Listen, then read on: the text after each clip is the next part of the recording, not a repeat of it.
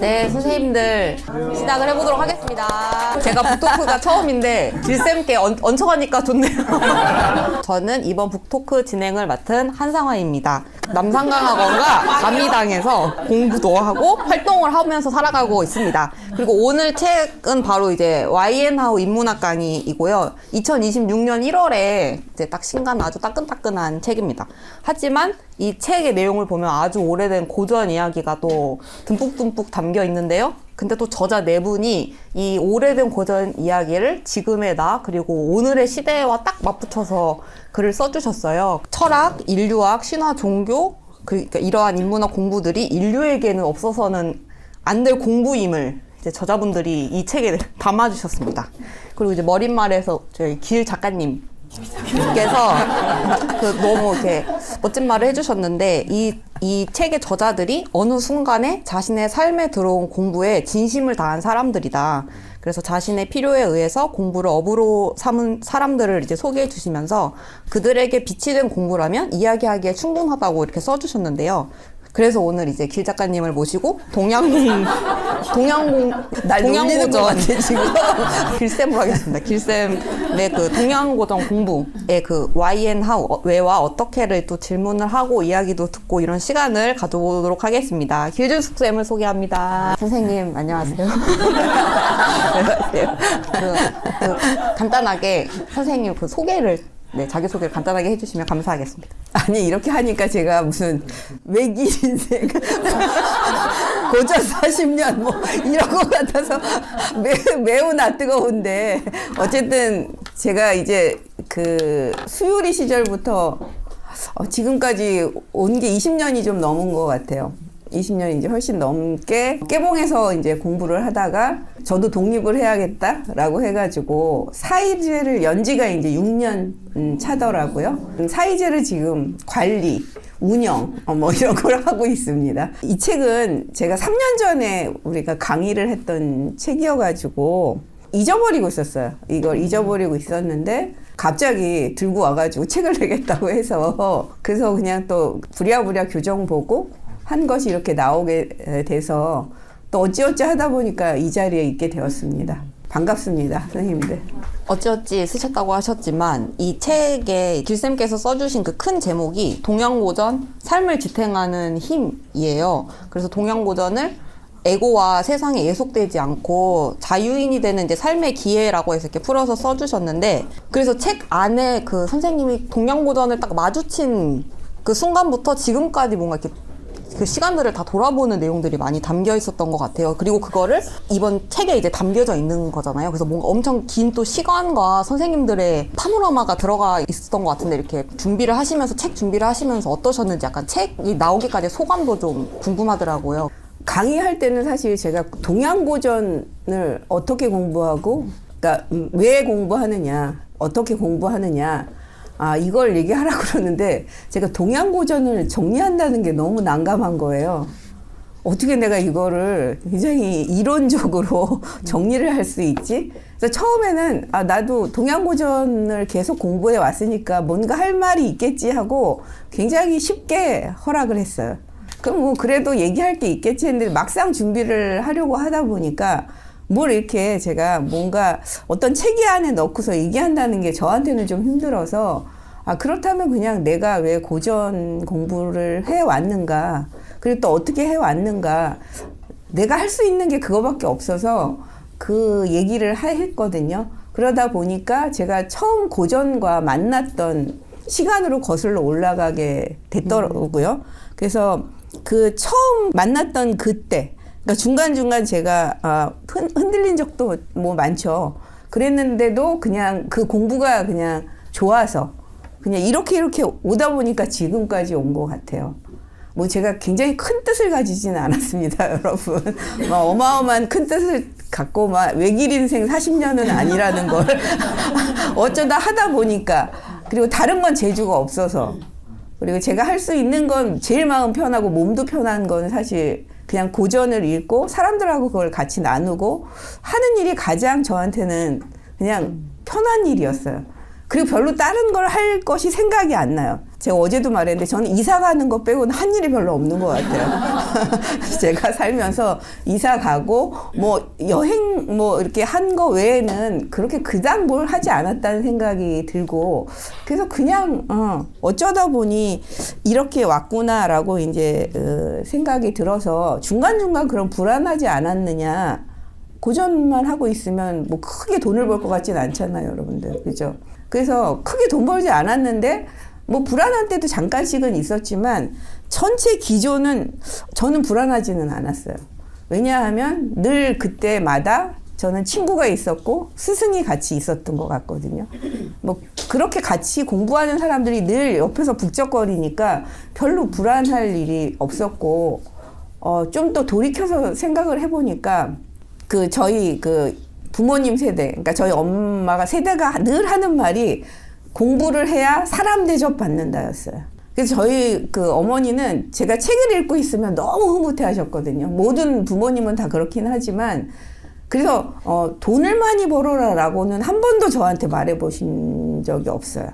공부 뭐 이런 얘기는 했어도 돈을 우선해서 말을 해준 적이 제가 살면서 지금까지 없었어요. 그리고 제가 뭔가 새로운 책을 사오고 이러면 그게 너무 흐뭇해가지고 이렇게 쓰다듬어 주셨던 그 기억 때문에 아마 제가 지금까지 이제 온 게 아닌가 이런 생각이 듭니다. 그 힘 때문에 제가 돈보다는 그래도 공부하는 것이 사람한테 이로운 일이구나라고 하는 거 이걸 좀 새기면서 지금까지 좀 온 것 같거든요.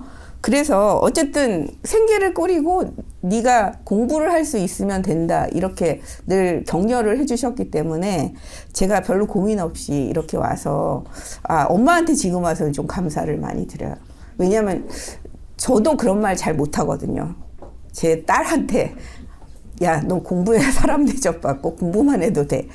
이렇게는 선뜻 제가 아무렇지도 않게 어떤 사심 없이 그런 말을 툭툭 하기가 너무나 어려운데 저희 어머니는 계속 그렇게 말씀을 해주셨어요. 당신은 못 배웠기 때문에 아마 배우는 게 소원이었기 때문에 그럴 수도 있는데 그래서 제가 이제 지금까지 온 게 아닌가 이런 생각이 듭니다.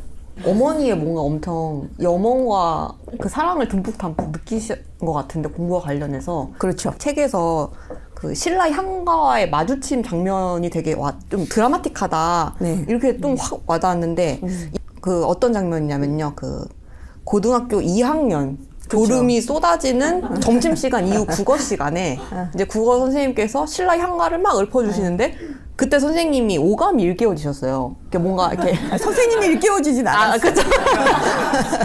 그때 그 향가가 도천수 대비가 제망매가 요거를 이제 듣고 보시면서 뭔가 이렇게 오감이 일깨워졌고 시공간을 초월해서 그러니까 연결된 또 감각 같은 걸 느끼셨고 또 그런 감각이 나중에 동양고전에 흔들릴 때도 다시 남산에서 이렇게 가시면 또 이렇게 불러 일으켜지는 게 있고 그게 엄청 또 힘이 된 것 같은데 그때의 기억도 참 궁금하더라고요. 어떤 감각이었고 근데 네 궁금합니다.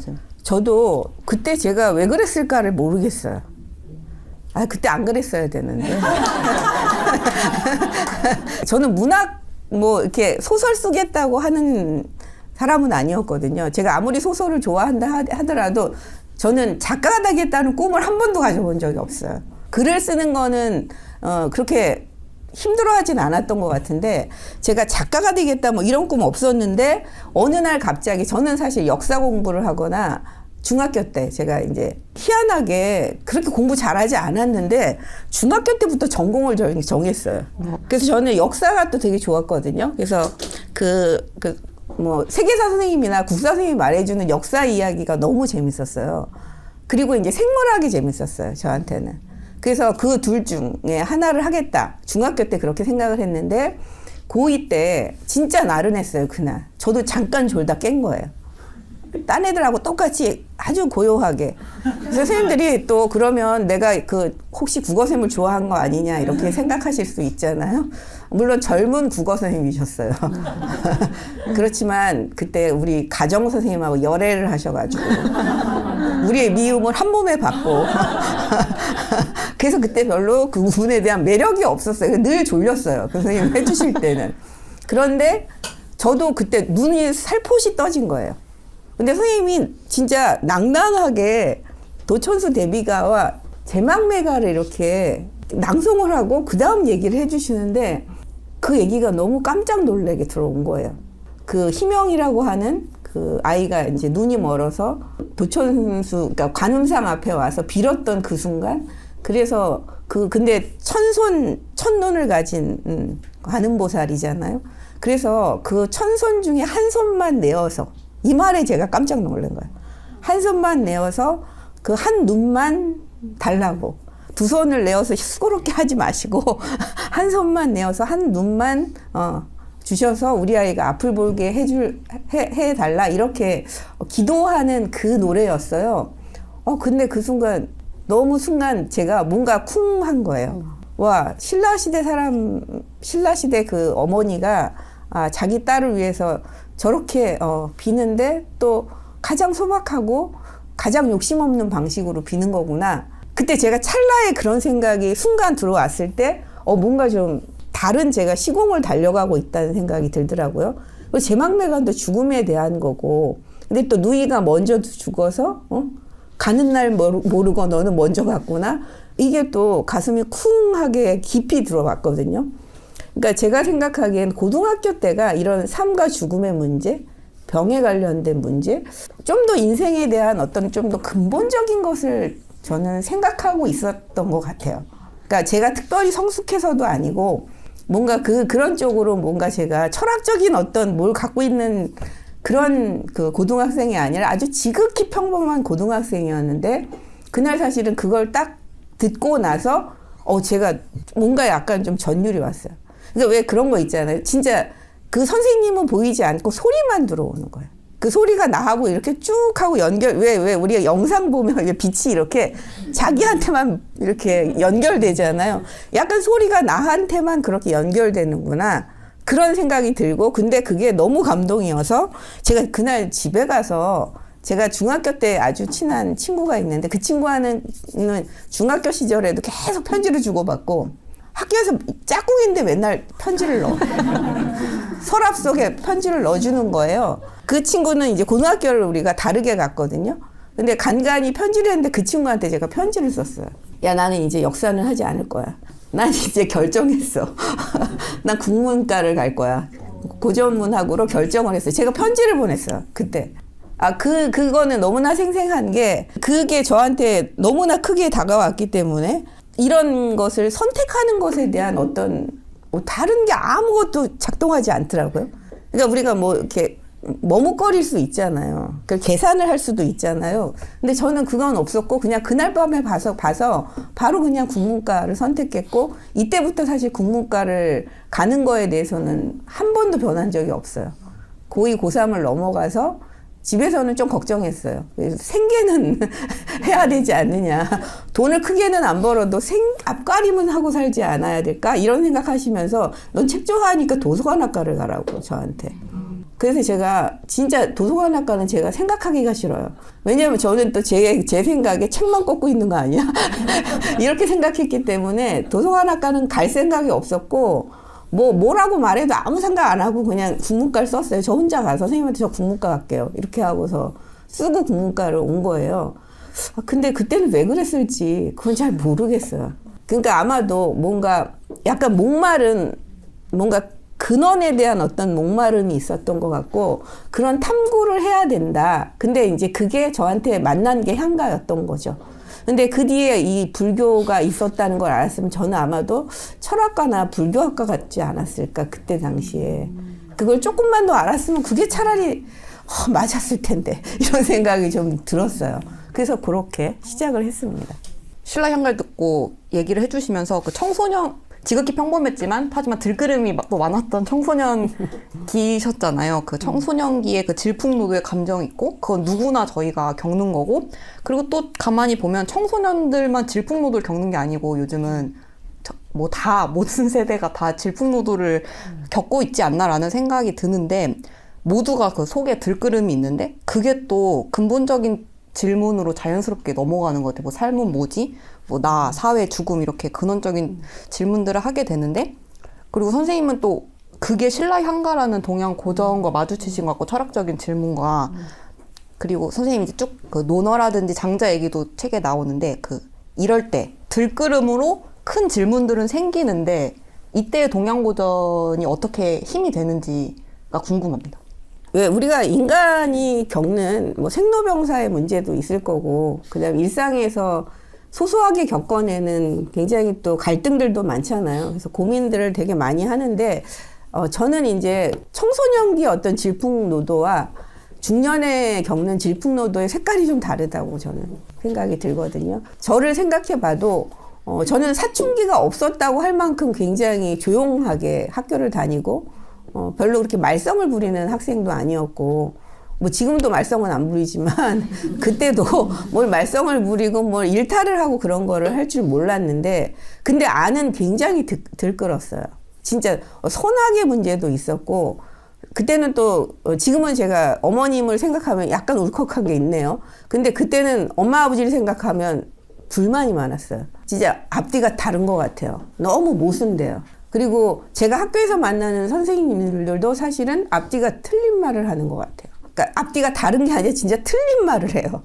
그리고 너무나 틀린 말을 하면서 아무렇지 않게 학생들한테 굉장히 되게 교훈을 막 얘기하지 훈화를 하시잖아요. 그런 게 되게 못마땅했어요.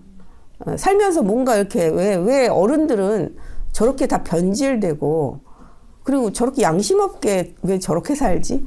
이런 걸 가장 강렬하게 제가 느꼈던 때가 사실 고등학생 때거든요.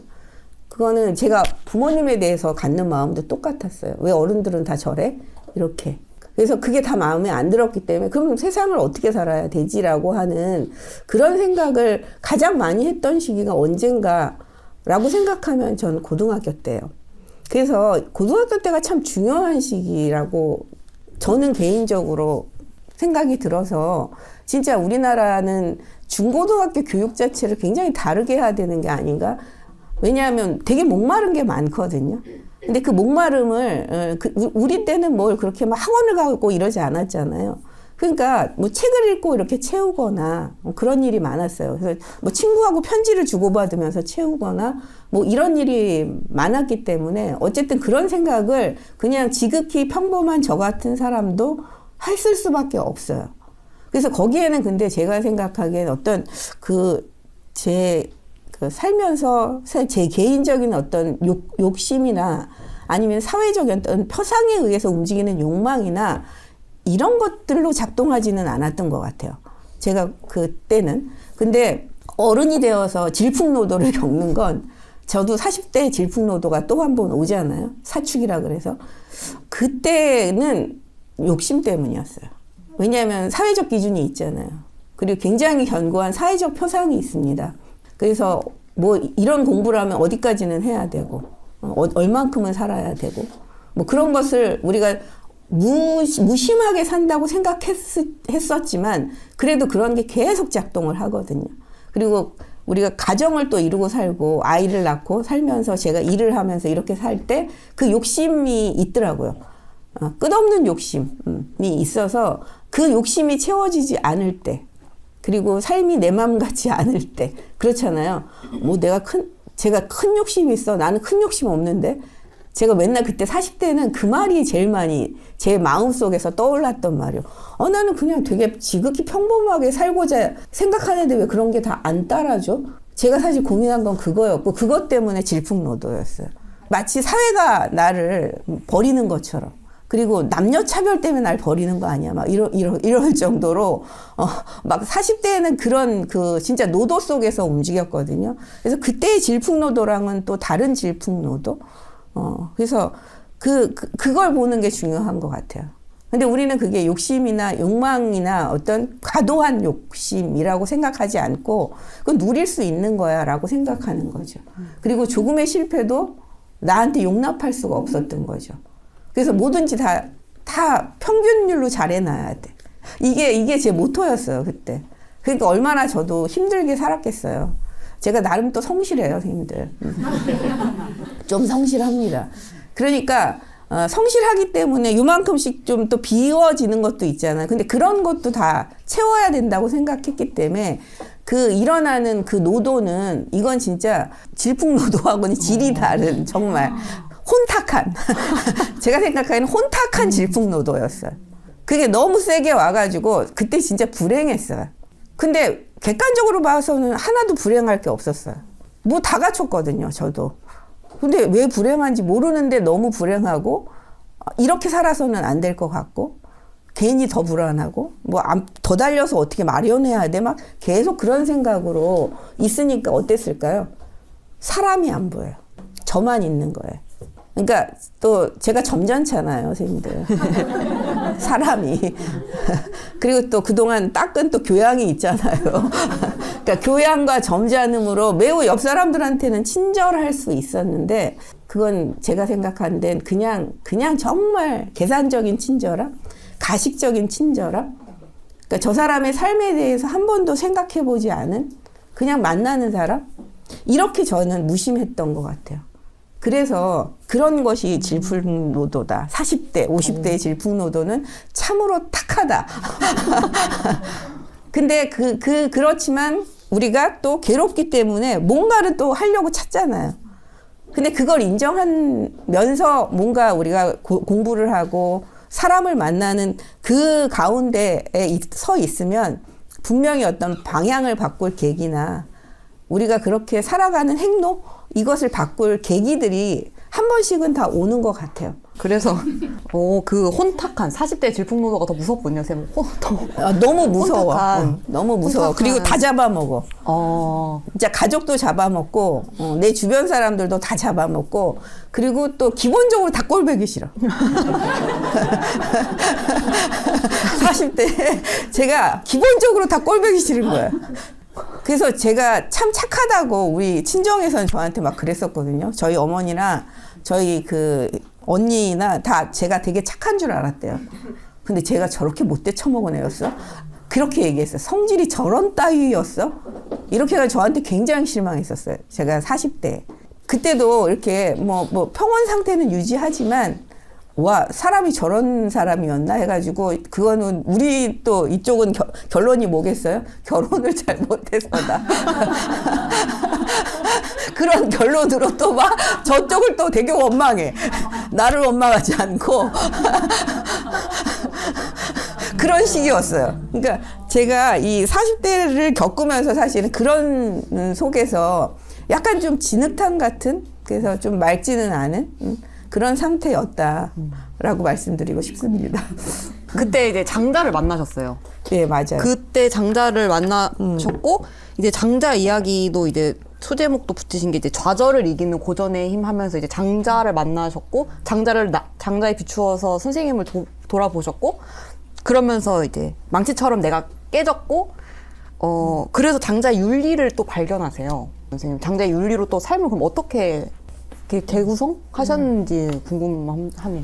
그러니까 장자를 이제 이렇게 또 만나면 장자가 뭐 갑자기 내가 읽어가지고 무슨 천지배격한 것처럼 그렇게 한 번에 이해한 건 아니에요. 여러분들 제가 오해를 좀 풀어야 되는데 장자를 처음 읽었을 때는 이해 안 되는 부분이 너무 많았어요. 사실은 제가 해석의 영역에서 너무 딸리는 거예요. 그 해석들이. 근데 분명히 장자라는 책은 굉장히 호방하고 거칠 것이 없어요. 그리고 막 생각의 도약이 막 일어나는데 너무 멋있더라고요. 생각의 도약도 없고 거칠 것도 없고 그리고 진짜 걸림없이 살라고 얘기하고 있고 머무르지 말라고 하고 네 안에 뭔가를 저장하지 말고 살라고 얘기해. 그리고 삶에 어떤 군더더기 잉여 이런 걸 붙이지 마. 계속 그런 얘기를 하고 있었어요. 그런 메시지가 계속 저한테 들어왔어요. 그런데 이해는 못한 채로 막 이렇게 근데 장자가 뭔가를 얘기하는 것 같은데 그게 뭐지? 그게 너무 궁금했는데 제가 딱 그 네 편의 덕충부편에서 인간세부터인데 그 사실 우리가 불구라고 하는 사람들에 대한 이야기가 대거 등장을 해요.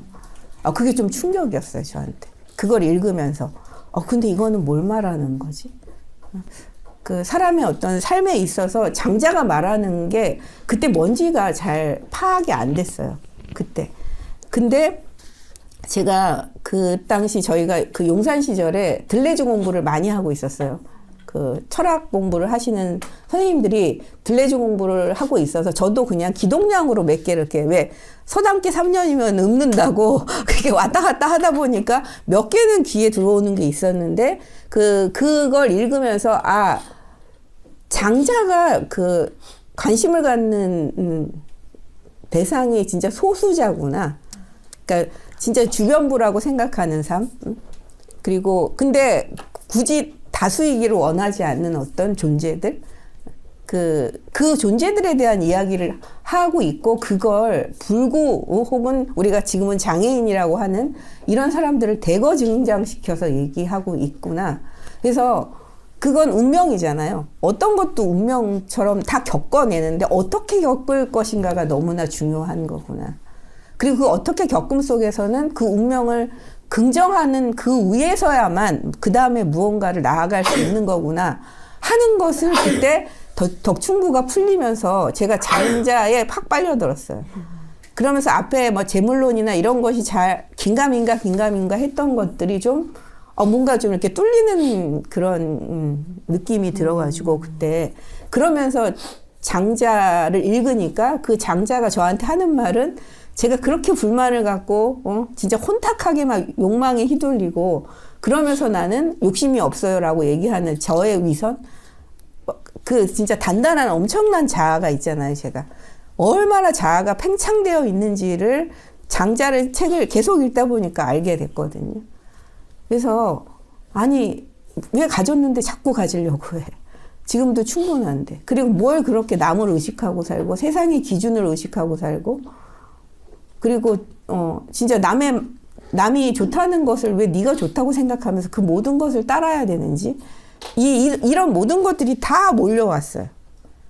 그리고 이 정도면 내가 굉장히 나는 잘 살고 있고 더할 나위 없이 많이 가지고 살면서 뭐가 부족하다고 지금 이렇게 징징거리고 있지? 그때 논어하고 장자 두 가지를 읽고 있었는데, 그러면 너는 주변 사람들에 대한 관심은 있나? 그러니까 사실 내 생도 돌보질 못하니까 그 어떤 주변의 타자도 나하고 연결된 게 아니에요. 그냥 같이 공부하고 있을 뿐이에요. 그래서 관심이 있는 것 같지만 관심이 없는 채로 제가 그렇게 만나고 있었다는 걸 그때 진짜 그걸 제가 확 느꼈던 거예요. 아, 그러면서 제가 공부를 하는 태도라든가 제가 집안에서 살아가는 어떤 그 태도 이런 것들을 좀 점검하게 됐어요. 그러면서 좀 그런 것을 불행하다고 여겼던 제 자신이 되게 부끄러워지고 진짜 오만하구나 라는 생각을 하는 그 순간부터 제가 그런 불만 그리고 거기에 대한 불안 이런 것이 사실은 완전히 내려놔졌어요. 그때. 그래서 제가 아마도 연구실에도 좀 더 깊숙하게 들어오지 않았나 싶어요. 안 그랬으면 어제도 말했지만 연구실을 떠났을 것 같아요. 저는 제가 장자라고 하는 그때 그거를 물론 다른 공부를 다 좋아했지만 자기한테 강렬하게 휘몰아치는 책들이 전 있다고 생각해요. 그래서 모르는데 막 질문이 던져지는 책들이 있어요. 그리고 막 괜히 알고 싶고 꼭 뚫어야 될 것 같고 이걸 안 뚫으면 안 될 것 같고 막 답답하고, 그래서 장자를 넘어가면 넘어갈수록 더 답답해지고 이거 뭐야? 그래서 다른 그 장자 책들을 읽었는데 해석이 잘 안 되더라고요. 그것만 가지고는 그때 덕충구가 안 풀렸어요, 저한테는. 근데 그 들레즈 소수자 얘기, 그렇게 쓴 그 연구실의 선생님들이 썼던 그 글들을 보면서 그러면서 이렇게 확 뚫린 게 있었어요. 그렇게 해서 제가 장자에서 진짜 그 뭐라고 해야 되냐면 우리 자체의 생명을 돌보라고 하는 이것. 그러니까 다른 외부에 너무 관심이 많잖아요. 그거를 마치 우리가 그거 자체를 가지려고 태어난 것처럼 달려가고 있는데, 진짜 그러면 네 존재 자체를 돌아보고 있느냐, 네 존재 가치를 보고 있느냐, 이렇게 우리한테 계속 되묻는 것 같았어요.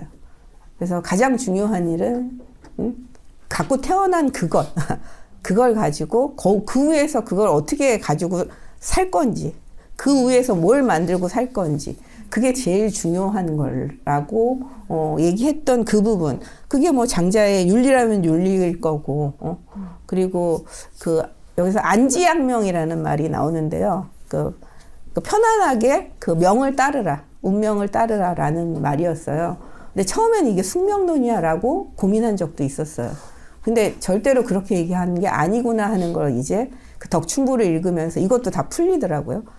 그러면서 이 주어진 그것 위에서 그 다음에 삶을 만들어가는 게 맞다. 그리고 그게 운명이라면 그걸 겪어내면서 근데 그 겪음을 우리가 그 외부 사회적인 어떤 표상에 따라서 겪는 게 아니라 그런 걸 내려놓고 겪어야 되는 게 아닌가. 그것 자체를 보면서 진짜 거기서 내가 한 발 뭘 하고 싶은지 이런 것들을 명징하게 찾아가면서 가는 것이 삶이 아닐까. 이런 생각을 해준 게 바로 장자였다라는 어떤 결론이라고 해야 할까요?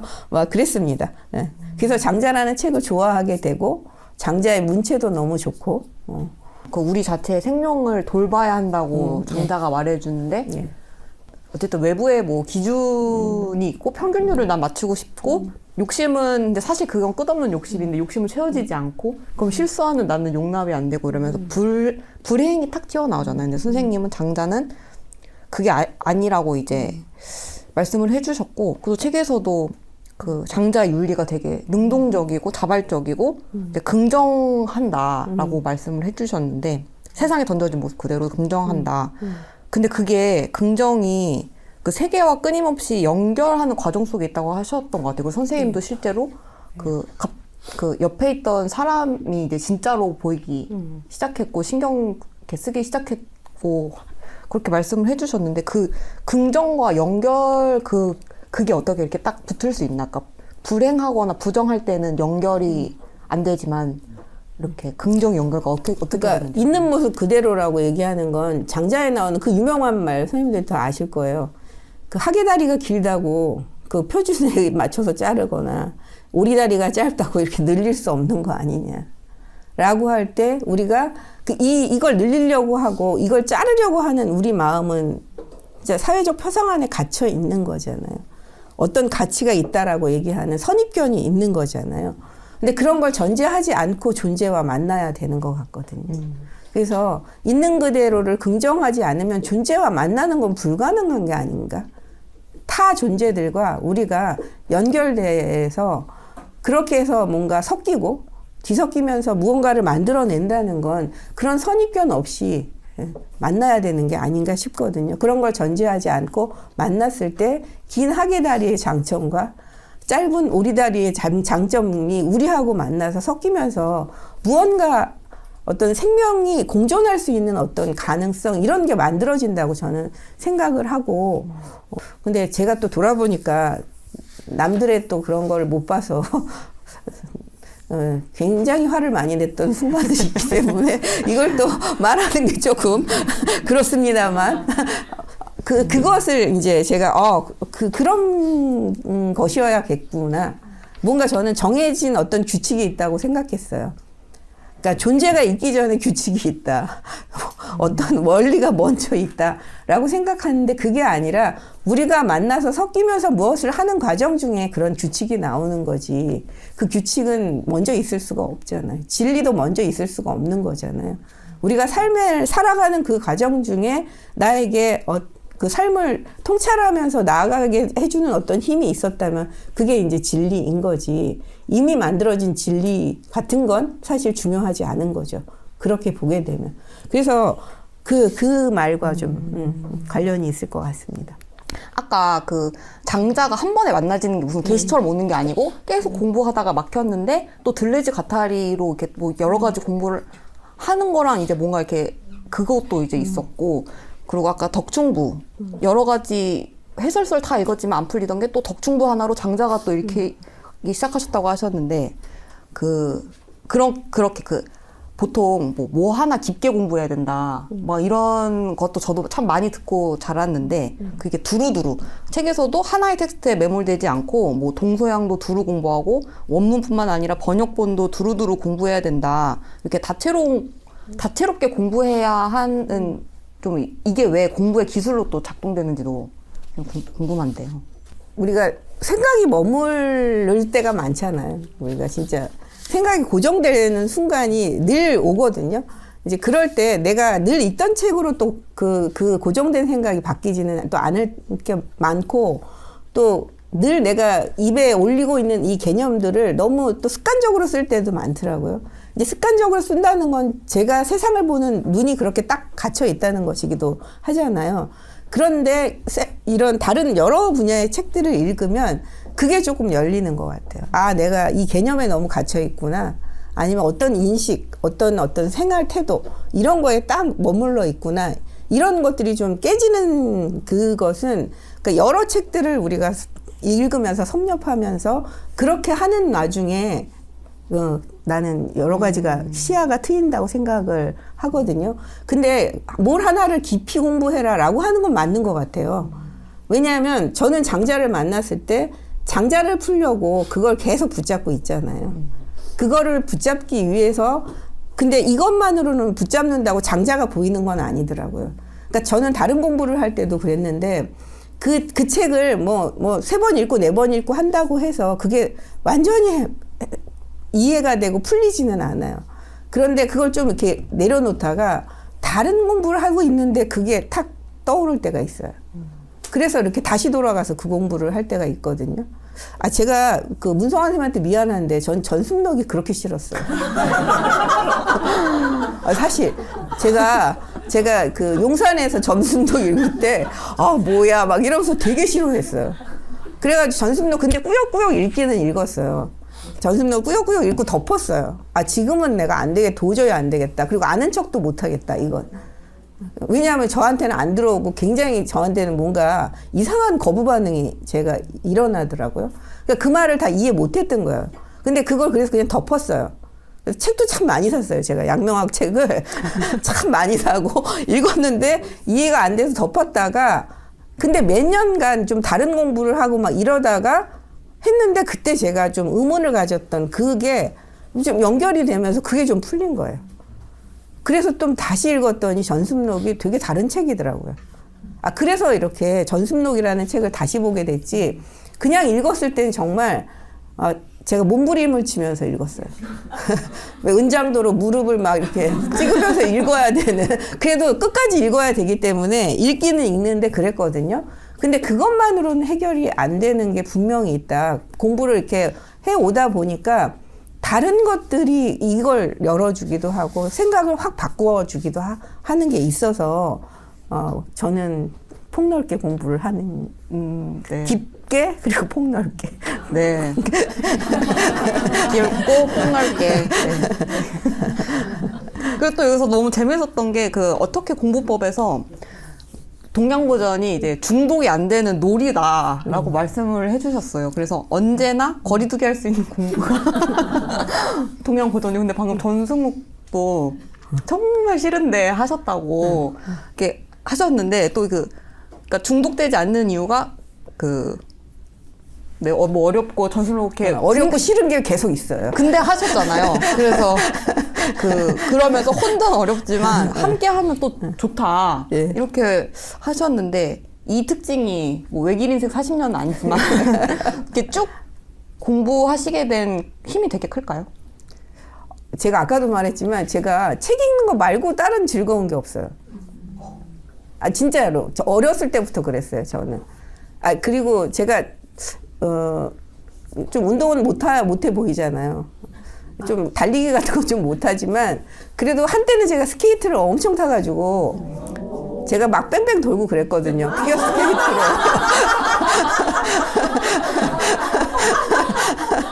뒤로 가고 앞으로 가고 이런 거 제가 고등학교 때까지 스케이트를 탔어요. 그거 너무 좋아가지고. 그래서 중학교 때 근데 제가 스케이트를 메고 막 이렇게 가는데 우리 그때 학교에 1등이 있었어요. 전교 1등. 그러니까 항상 책만 읽어요.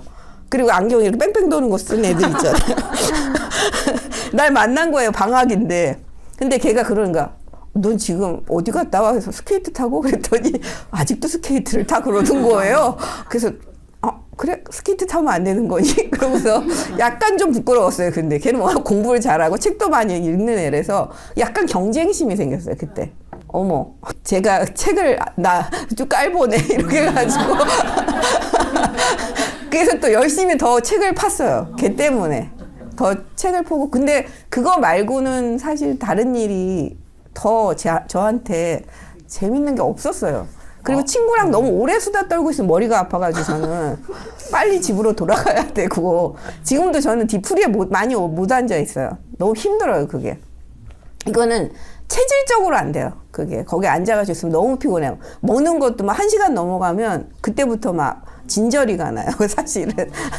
그래가지고 얼른 피하고 싶어서 그 빨리 들어가기도 하는데 그렇지 않고 읽었기 때문에. 근데 그러면 중독이냐? 근데 중독이 아닌 게 계속 내가 운동해야 되고 눈도 운동해야 되고 손으로도 운동을 해야 돼요. 그리고 계속 반추가 되잖아요. 책을 읽으면 그 생각의 반추가 계속해서 일어나거든요. 그러니까 이건 중독될 수가 없어요. 그리고 금방 또 졸음이 와요. 저는 책을 읽어서 진짜로 곰쌤도 늘 말씀하시지만 어떤 책을 읽어도 졸음이 오잖아요. 그러면 잠깐 또 이렇게 멍해지잖아요. 그러니까 어떻게 중독이 돼요 거기에. 거리두기가 너무 잘 돼가지고 그래서 그러니까 뭐 예전에 우리가 무슨 하이틴 로맨스 이런 것도 근데 애들이 중독되는 것 같은데 중독 안 되더라고요. 그것도 어느 정도 읽다 보면 너무 뻔해가지고 그냥 다 애들이 재미 없어지잖아요. 그래서 책이라는 도구 자체가 그 어떤 것도 참 중독되지 않게 해주는 게 있구나. 그러니까 이렇게 거리를 둬야 되니까 그 불편하잖아요. 어떻게 읽을 때는. 그리고 굉장히 고되거든요. 그래서 고돼서 쉬어야 되고 거기를 계속 읽을 수는 없어요. 그래서 책 읽기는 저는 절대로 중독되지는 않는다. 여러분 중독될까봐 안 읽으시는 것 같은 생각이 드네요. 그런 거야? 그런 점요. 그런 혹시나 점요? 중독될까봐. 그런 방법에서 이제 우울증이 오다 달아난다 했는데, 그러니까 저도 근데 그러니까 선생님이 그러니까 책 읽는 걸 가장 좋아하신다는 게 이건 좀 놀라운 부분인데, 왜냐면 도파민 터지는 게 주변에 너무 널려 있어서 심지어 공부법도 도파민 터지는 방법들로 하고 싶은 마음들도 막 있고 막 성취적인 공부 방법 이런 것도 그게 누가 어떤 개발해서 거예요? 도파민이 터지게 어떻게 책을 읽어? 그러니까 빠르게 성과를 보고 싶어 하는 거죠. 막 논어를 어떻게 요리조리 이렇게 뭐 논어가 하는 말을 뭔가 이렇게 그것만 꼭 집어가지고 뭔가 약간 순식간에 내가 논어를 공부하고. 네. 근데 선생님은 이제 한자부터. 그건 책을 읽는 게 아니지 않아? 그냥 AI가 좀 해준 거 잠깐 이렇게 정보를 습득한 거지. 그건 책을 읽는 행위는 아닌 것 같은데. 책을 읽어서 도파민이 막 터지기는 어려울 것 같은데. 선생님 그럼 책을 읽는다는 건 그럼 뭘까요? 다른 세상 내가 다 가볼 수도 없잖아요. 다른 사람의 생각을 다 알 수도 없잖아요. 그렇죠? 그 생각을 알 수 있고 세상도 알 수 있고 그리고 또 책을 읽으면서 또 진짜 그 앞에 철학을 왜 하느냐라는 문제에서 그 반성한다라고 얘기하잖아요. 되돌이켜서 생각하는 작용을 우리가 책을 읽으면 계속 하게 되거든요. 근데 여러분 드라마 보면서 이렇게 반성하고 되돌이키세요? 저는 안 그렇거든요. 그냥 빠져들고 끝나는 거예요. 그냥 그러고 몽롱하게 끝나요. 근데 책은 계속 생각을 할 수밖에 없는 게 그래서 저는 어려운 책을 여러분들이 싫어하는데 어려운 책을 많이 읽어야 된다고 생각해요. 진짜 낯선 개념이 너무 많아가지고 진짜 뭐 한 줄도 읽는 게 너무 어려운데 그거 하나 이해하려고 이렇게 하는 그 속에서 계속 뭔가 진짜 내가 움직여지고 뭔가 개념이라고 하는 어떤 것들이 이걸로는 채워지지 않는 뭐가 있는 거구나. 진짜 이건 내 해로도 바꾸는 것 같거든요. 제가 천개권 앙티오이디푸스 이런 거 읽으면서 경험한 거예요. 정말 적응이 안 돼요. 근데 은근히 또 재밌어요. 약간 도전 정신도 생기더라고요. 그래서 이렇게 전혀 이해할 수 없는 말로 막 하는데 너무 재밌어서 도대체 이건 무슨 말을 하는 거야? 이렇게 하고 자꾸 돌아오게 되는 거죠. 내 사유가 이렇게 가니까 이걸 못 받아들이고 있는 건가? 내 사유의 방향이 지금 어떻지?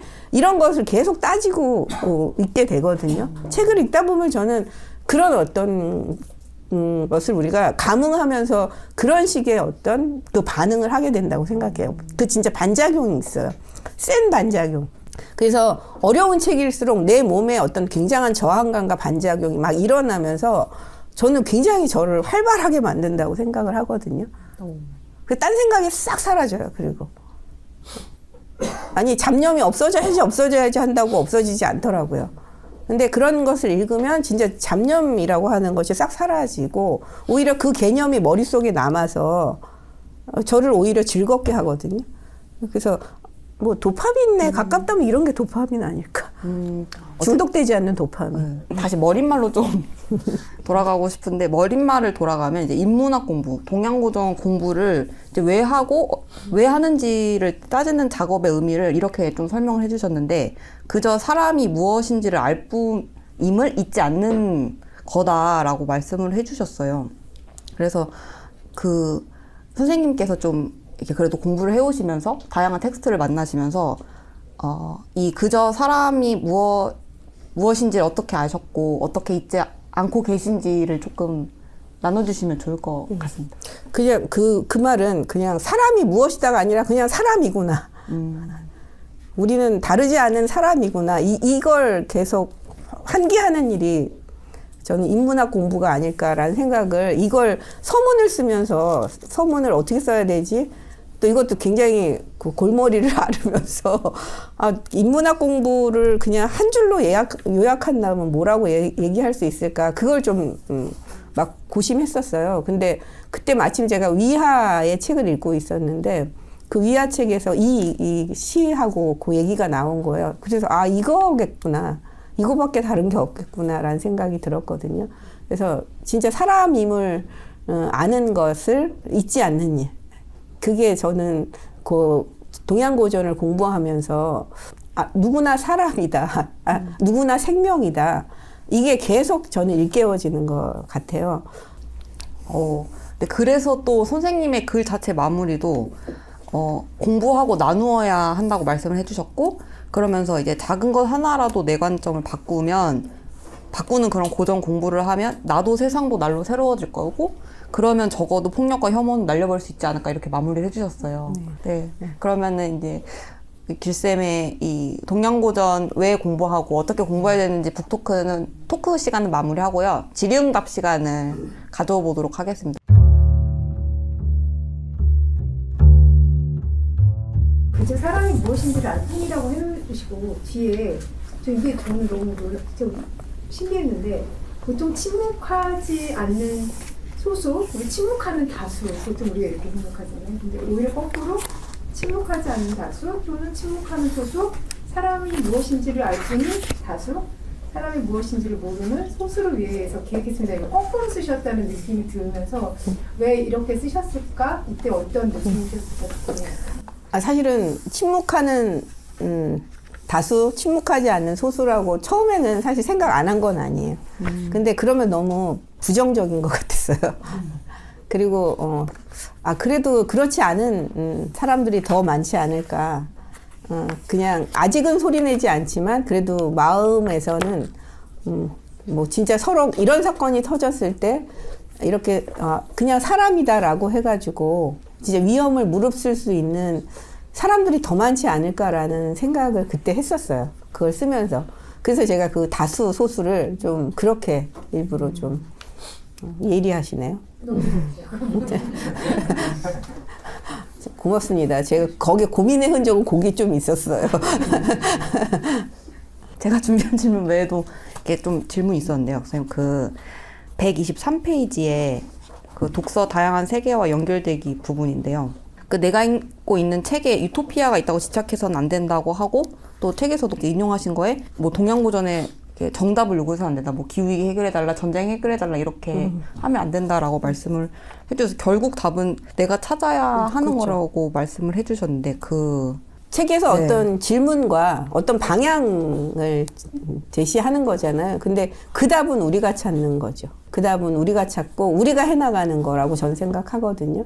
그래서 책에서는 어떤 뭐라고 해야 돼요. 그러니까 우리가 실험할 수 있는 어떤 그 가능성들을 던지는 그런 얘기들이 저는 책 안에 있다고 생각하고, 그 실험은 그 책 그대로 하는 게 아니잖아요. 이 현실에 우리가 그 발 디디면서 이 현실에 어떻게 맞게, 거기 그 순간 일어났던 그 때에 딱 어울리는 어떤 일을 도모해야 하는 거니까 그건 우리가 시도해야 하는 거라고 저는 생각을 해서 그렇게 얘기를 좀 했습니다. 그래서 사실 진리나 유토피아가 있는 거는 아니잖아요. 제가 맨날 얘기하는 게 있어요. 제가 예전에 좀 충격을 받았었는데 그때 푸코를 공부했나 그래요.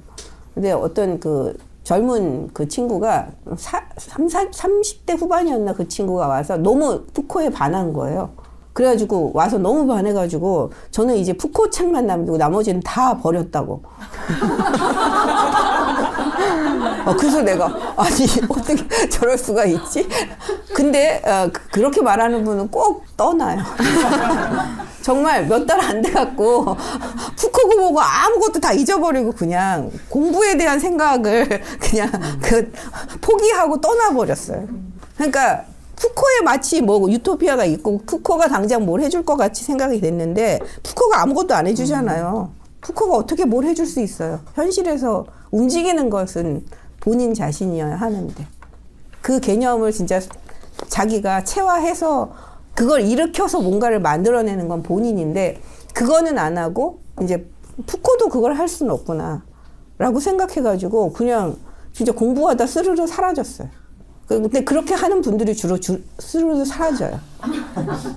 그래서 저는 그런 식의 어떤 책 안에 막 당장 뭔가를 바꿀 기적이 있고 유토피아가 있고 이렇게 또 생각하고 오시는 분들이 많더라고요. 그리고 그게 막 당장 눈에 띄는 것처럼.